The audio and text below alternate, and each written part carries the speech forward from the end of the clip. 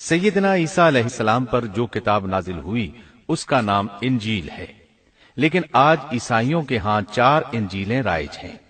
یہاں سوال یہ پیدا ہوتا ہے کہ موجودہ 4 انجیلیں وہی ہیں یا یہ سیدنا عیسیٰ علیہ السلام کے بعد تصنیف کی گئی ہیں؟ یہ ایک ایسا سوال ہے جو مدت سے سوال ہی چلا آ رہا ہے۔ عیسائی حضرات اس سوال کا جواب دینے سے قاصر ہیں۔ عیسائی عالم تک اس بات کا اقرار کرتے نظر آتے ہیں کہ ان میں سے کوئی ایک انجیل بھی مسیح علیہ السلام کی انجیل نہیں ہے اور نہ اس کا خالص ترجمہ ہے۔ موجودہ انجیلوں کے بارے میں عیسائیوں کے ہاں کوئی ایسی سند موجود نہیں جس کی بنا پر وہ کہہ سکیں کہ ان کی روایات کا سلسلہ سیدنا عیسیٰ علیہ السلام یا ان کے شاگردوں تک پہنچتا ہے۔ خود عیسائیت کی مذہبی تاریخ اس بات کی گواہ ہے کہ پہلی صدی عیسوی سے چوتھی صدی عیسوی کے شروع تک عیسائیوں میں 21 سے زیادہ انجیلیں الہامی یقین کی جاتی تھیں، لیکن 325 عیسوی میں ان میں سے 4 کو منتخب کر کے باقی کو غیر مستند قرار دے دیا گیا۔ 4 انجیلوں کا یہ انتخاب بھی کسی تاریخی یا علمی بنیاد پر نہیں کیا گیا تھا، بلکہ اس کے لیے ایک طرح کی فال نکالی گئی تھی۔ اس فال کو الہامی اشارہ سمجھ لیا گیا تھا۔ ان 4 انجیلوں میں متی کی انجیل سب سے قدیم گنی جاتی ہے۔ اس کے باوجود عیسائیوں کے پرانے عالم یہ بات تسلیم کرتے ہیں کہ یہ انجیل متی اصلی نہیں بلکہ اس کا ترجمہ ہے، اس لیے کہ اصل کتاب عبرانی زبان میں تھی جو اب ناپید اور ضائع ہو گئی ہے، اور موجودہ ترجمے کے بارے میں قطعی طور پر یہ نہیں کہا جا سکتا کہ یہ اصل زبان کا ترجمہ ہے، جبکہ مترجم کا نام تک معلوم نہیں اور نہ یہ پتا ہے کہ ترجمہ ہوا کے زمانے میں تھا۔ دوسری انجیل مرقس کی انجیل ہے۔ اس کے بارے میں مشہور عیسائی عالم پطرس گوماگ اپنی کتاب میں مرقس کے سوانح حیات پر لکھتا ہے کہ یہ نسلاً یہودی تھا اور عیسیٰ علیہ السلام کے حواری پطرس کا شاگرد تھا۔ جب رومیوں نے عیسائیت اختیار کر لی تو اس نے ان کے مطالبے پر یہ انجیل تصنیف کی۔ وہ سن 68 عیسوی میں اسکندریہ کے قید خانے میں بت پرستوں کے ہاتھوں قتل ہوا۔ تیسری انجیل لوقا کی انجیل ہے۔ عیسائی عالموں میں متی کی انجیل کے بارے میں جتنے اختلافات ہیں ان سے زیادہ لوقائی انجیل میں موجود ہیں۔ خود لوقا نے اپنی انجیل کے بارے میں لکھا ہے کہ یہ انجیل اس نے شاہ فیلس کے ساتھ خط و کتابت کی بنیاد پر لکھی ہے۔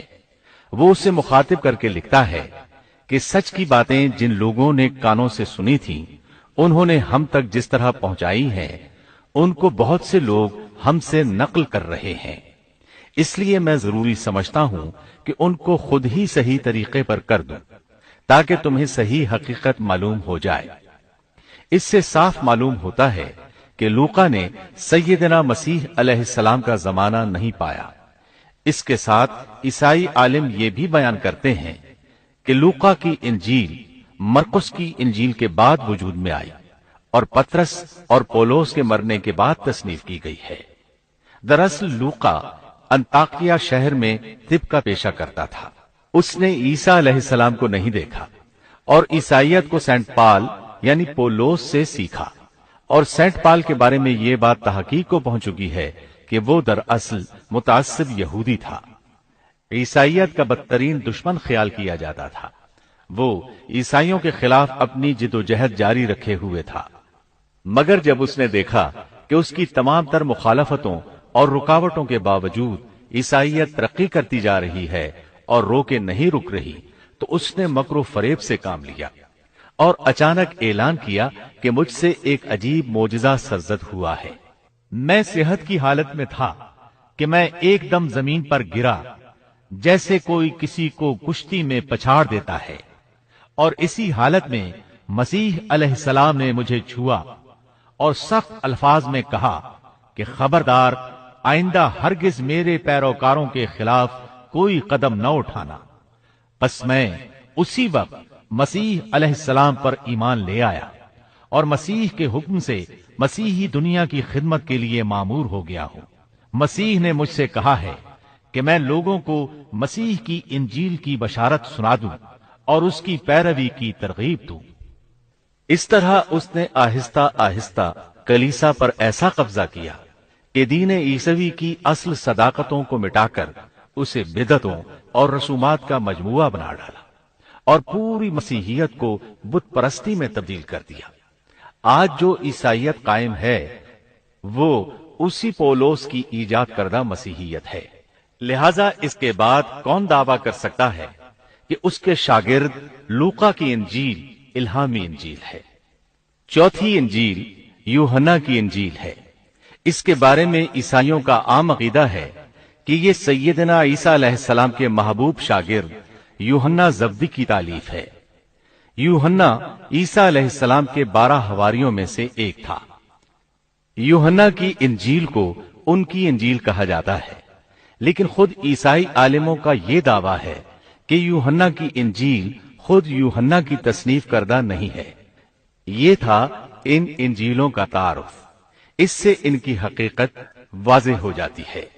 عیسیٰ علیہ السلام اللہ کے نبی، رسول اور پیغمبر ہیں۔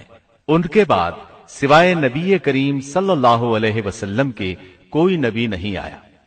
نبی کریم صلی اللہ علیہ وسلم افضل النبیین ہیں، افضل المرسلین اور خاتم النبیین ہیں۔ آپ پر اور تمام انبیاء کرام پر اللہ تعالی کی رحمت نازل ہوں، آمین۔ اور اس کے ساتھ ہی عیسیٰ علیہ السلام کا قصہ اپنے اختتام کو پہنچا۔ اس کے بعد آپ سنیں گے نبی آخر الزماں خاتم النبیین صلی اللہ علیہ وسلم کا تذکرہ، جو 8 کیسٹوں پر مشتمل ہے۔ اللہ تعالی ہم سب کا حامی و ناصر ہو، آمین۔ سامعین محترم، ابھی آپ دارالسلام اسٹوڈیو سے قصص الانبیاء سن رہے تھے۔ اللہ تعالی ہمیں عمل کرنے کی توفیق نصیب فرمائے، آمین یا رب العالمین۔